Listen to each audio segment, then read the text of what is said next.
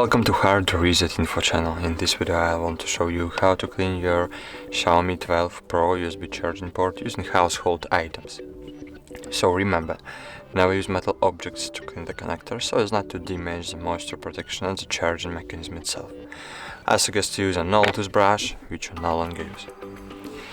So as you can see, there is a piece of paper or another dirt in my charging port that's preventing the charging cable from going all the way into the connector, and now we are going to try to clear it. So to get it out, you just have to take the cover off and take the brush in your hand. Then gently insert the one part of the brush into a connector and try to gently pry it out.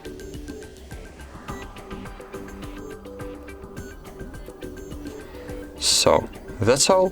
Thank you for watching. Like this video, subscribe to the other channel, and see you.